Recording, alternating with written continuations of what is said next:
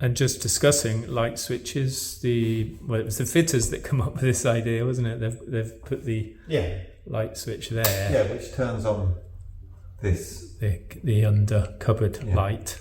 Yeah. Yeah, because previously I think that was on the main door, wasn't it? Yeah, so it is handy that it's right next to the kitchen, and then you can turn it on. And then you have got, a lot of people ask, so USBs. Oh, right, yeah. And did you count these sockets? There's another 2 sockets.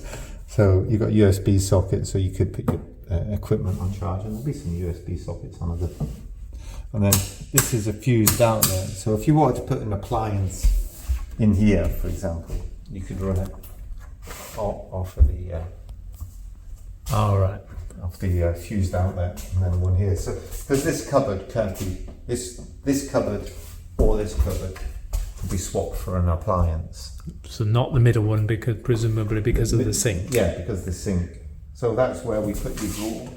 Oh, right. Oh, that's fantastic. So that's your cutlery drawer. Yeah. So rather than having a drawer in here, but then if you decided to have an appliance, say you wanted an oven there and a washing machine there, I wouldn't recommend a washing machine because you want to stay ancillary to the house. But if you wanted another appliance, be a dishwasher and an oven, I mean, you can have a washing machine or a tumble dryer, it's up to you. Then we can wire them into there. So they're ready. So they're future-proofed, so that if you decided in the future, actually swap this cupboard, so you would just take the cupboard out, turn it into an oven house, and you could put an oven in and wire it up. All the electrics are already there. So it's sort of future-proofed. Okay, and presumably that could also, you could have a microwave there with that. You could. Fuse spur. You can take in. They have a little knockout point here and here. See this thing here?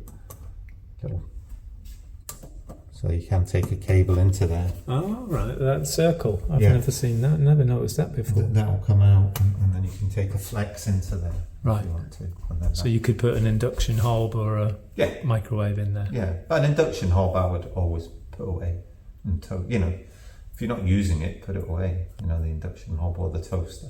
Right. And generally the fridge will go here, the microwave will go. Oh, right. Yeah. So it gives you more workspace. More workspace, yeah. Okay, that's great. Thank you.